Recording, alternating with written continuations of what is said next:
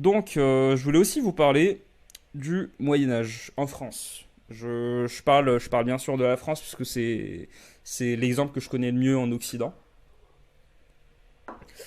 Le Moyen Âge en France, ça a été une histoire entière de la monarchie française, la royauté, le roi de France, contre le pape, contre le pouvoir de l'Église. Si on veut comprendre pourquoi est-ce que la France occupe une place centrale dans l'histoire du Moyen Âge européen, c'est en gros, bien sûr, parce que c'était le roi de France avait la première armée au monde. Il avait, en fonction des périodes, c'était un empire. Et la France était extrêmement... La langue, donc pendant très longtemps, la langue internationale, c'était le français. Pendant très longtemps, la langue de la noblesse, c'était le français. La famille du tsar, c'était il y a un peu plus d'un siècle, la famille du tsar parlait français. Quand ils se voyaient entre eux avec d'autres gens de la noblesse, ils parlaient exclusivement en français. À la cour du tsar, ça a pris beaucoup de temps, mais il a réussi à imposer le russe plutôt que le français. Ça a pris beaucoup de temps. Il y a le russe est très très influencé par le français au point qu'on a des auteurs comme par exemple Solzhenitsyn qui déteste la France. Hein. Solzhenitsyn ne supporte pas la France, même si c'est à Paris qu'a été publié l'archipel du Goulag. Mais Solzhenitsyn a fait relire son œuvre l'archipel du Goulag 3 fois par lui-même pour enlever toute trace de français. Et ça a beaucoup retardé la publication. Donc voilà, pour vous expliquer le pouvoir qu'a la France. Et quand il y a des gens qui vous parlent de déclin économique et diplomatique de la France, ben, c'est pas pour rien, c'est parce qu'on a tendance à l'oublier, mais la France était une puissance incontournable. Alors, jusqu'à récemment, mais pendant le Moyen-Âge, c'était la France. Pourquoi? Parce que la France s'est centralisée très très tôt. Il y a des puissances qui sont centralisées avant, hein, je dis pas. Mais la France, comparée à ses voisins européens en tout cas, quand on prend par exemple le Royaume-Uni qui jusque-là n'est toujours pas centralisé, l'Allemagne qui est un des pays d'Europe les plus récents, qui voit son unification entre 70 et 71, euh, on a la Suisse aussi qui est un État qui s'est centralisé, enfin centralisé entre guillemets, c'est-à-dire qui a pris ses formes actuelles plutôt tôt comparé aux autres. Mais voilà, on peut pas se situer exactement, pour moi c'est vraiment à partir de Philippe le Bel. C'est à partir du règne de Philippe le Bel. D'ailleurs, on va changer d'illustration. Pour moi, c'est Philippe le Bel qui a vraiment amorcé non seulement la modernisation et la centralisation de l'État, c'est-à-dire qu'il l'a fait passer, dans le sens de l'époque, il l'a fait passer à une administration moderne. Euh, donc, pour pas aller dans tous les sens. Et en fait, je vous parle de centralisation. Pourquoi? C'est pas anodin. C'est pas uniquement que voilà, la France est centralisée, c'est devenu un État moderne. Non, c'est pas uniquement ça. C'est que surtout, cette centralisation, c'était une manière, et Philippe le Bel l'a très bien compris, de s'émanciper de l'autorité de l'Église. Je vais le répéter souvent, gardez ça en tête, l'autorité de l'Église, le pouvoir religieux, pas la religion. Donc Philippe le Bel, voilà, c'est lui qui a fait en sorte, donc il était très critiqué vu qu'il a dirigé, c'était un des rois les plus durs que la France ait connu.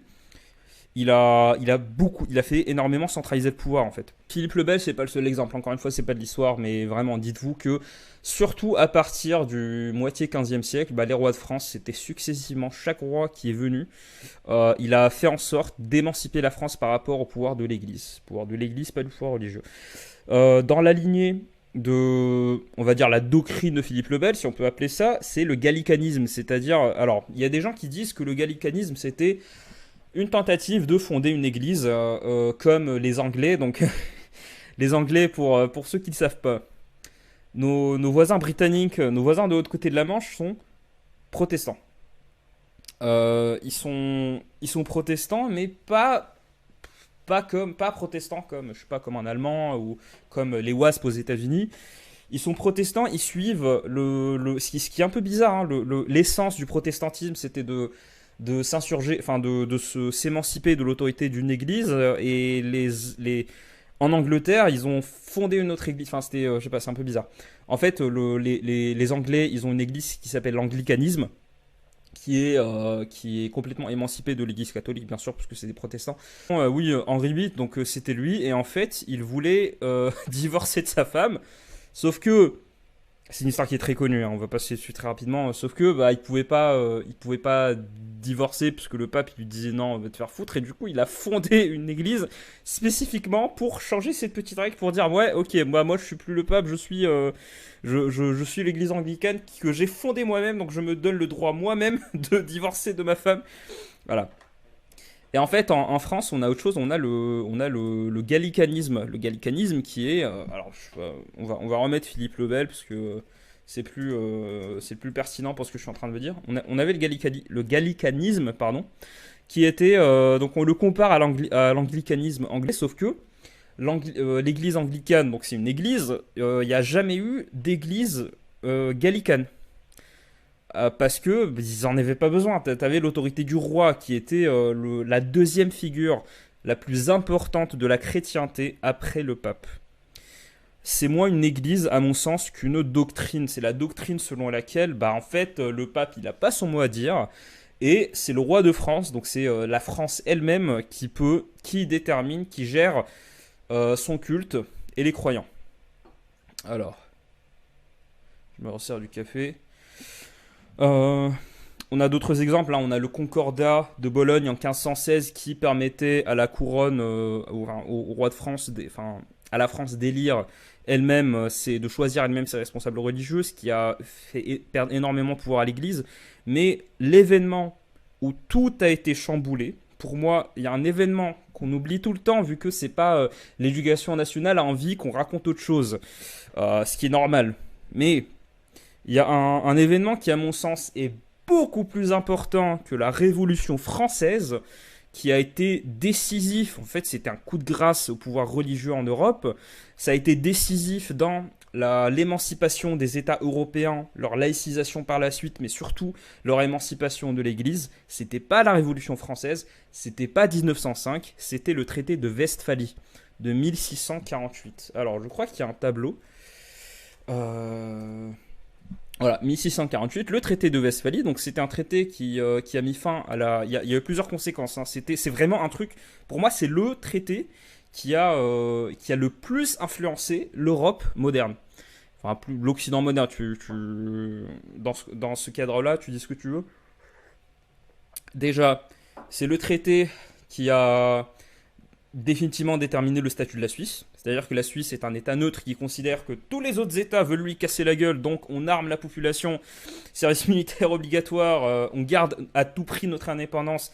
C'est pour ça que la Suisse ne va jamais rejoindre l'Union européenne. Il y a eu plusieurs conséquences. Il y a eu des remodelages de frontières qui ont été incroyables, hein. Je vous montre ça. Voilà. Là, vous avez un peu un aperçu des changements des changements de territoire. Je vais pas dire insoutenable, mais c'était épique. Vraiment, ça avait une proportion. Euh, Dis-toi que toute ta vie, t'es dans un petit village à la frontière toute ta vie. T'as des soldats qui parlent la langue de ton seigneur local, qui sont habillés d'une certaine manière, qui parlent bizarrement, et d'un coup ils sont remplacés par d'autres. Enfin, c'était le gros bordel. Ça a mis fin à la guerre de 30 ans, donc c'était plutôt une bonne nouvelle. Mais c'était le traité qui a le plus eu d'impact en Europe dans les relations avec l'Église. Parce que souvent, si vous avez vu ce truc à la fac, ce traité à la fac, on vous présente ça comme étant la fondation des États-nations. Moi, je trouve que c'est faux, puisque bon, c'est un peu nationaliste comme vision de voir les choses, mais je considère que la nation française n'est pas née avec le traité de Westphalie ou avec la Révolution française. Pour moi, ça s'est construit graduellement à partir de la bataille de Tolbiac. Donc, à partir du moment où le roi de France s'est converti au christianisme. Donc, le traité de Westphalie, oui, il est présenté comme étant le traité qui a mis en place l'État-nation. Donc, un État-nation, c'est en gros un État où à l'intérieur il y a une nation. Enfin, c'est con, enfin, ces trucs sont tellement évidents. Un État-nation dans le sens moderne, dans le sens où c'est une nation au sein d'un État. Une nation, c'est-à-dire un groupe de gens qui partagent des valeurs communes. Enfin, ça, c'est plus une manière moderne de voir les choses, mais voilà, un État-nation. Sauf que, non, c'est... moi je considère que le traité de Westphalie, c'était un gros doigt d'honneur dressé contre le pouvoir de l'Église. En gros, avec le traité de Westphalie, chaque pays avait le droit, donc il y avait trois grandes... alors, tu avais bien sûr le catholicisme, tu avais le luthérianisme et tu avais le calvinisme. Ces deux-là, c'est des branches du protestantisme. Et en fait, c'était un traité qui a permis de reconnaître ces religions, de les autoriser. D'ailleurs, quand vous prenez l'édit de Nantes, qui est venu avant, bien sûr, l'édit de Nantes, euh, l'édit de Nantes, ce qui a permis justement, c'était un édit de tolérance. Donc pour ceux qui sont pas allés au primaire, c'était un traité signé par le roi qui disait que en gros les protestants ont fait ce que vous voulez, on arrête de les emmerder, qui a eu assez peu de conséquences sur le temps court d'ailleurs comme traité. À Lille, on cramait des protestants. Vraiment, on l'a complètement, on préfère l'oublier, mais c'était un sport national en pays flamand de cramer des protestants. Voilà, comme ça. Ça arrivait comme ça. Du coup, l'édit de Nantes, quand tu vois sa formulation, l'édit de Nantes, il y a marqué la religion prétendument réformée. C'était l'expression pour qualifier le protestantisme. Parce que à l'époque, on l'appelait pas protestantisme. À l'époque, on l'appelait la religion prétendument réformée. C'est-à-dire qu'on considère que ces gens-là, ils racontent de la merde parce qu'ils disent que, en gros, ils ont réussi à réformer la religion chrétienne. Mais malgré ça, malgré cette formulation, on les laisse faire ce qu'ils veulent. Et ça, c'était pas pour la tolérance, c'était pas pour le vivre ensemble ou ce genre de choses. Non, c'était pour dire au pape, tu nous laisses faire ce qu'on veut. C'était un doigt d'honneur dressé pas à la chrétienté, dressé envers le pape. Et ce traité-là, vraiment, si vous voulez comprendre toute l'histoire moderne de l'Europe, c'est pas avec la Révolution, c'est pas avec le 19e siècle, c'est pas avec Napoléon et c'est encore moins avec Charlemagne, c'est ce traité-là, vraiment. Du coup, je précise que enfin, c'est une longue, on va dire, c'est une longue lutte, surtout en France. La France a été le pouvoir royal français. Ça a été une lutte contre l'Église catholique, donc contre le pouvoir religieux, pas la religion. Les gens s'offusquent dès qu'on dit que la France a des racines chrétiennes, mais c'est complètement vrai. C'est complètement vrai, la France a des racines chrétiennes.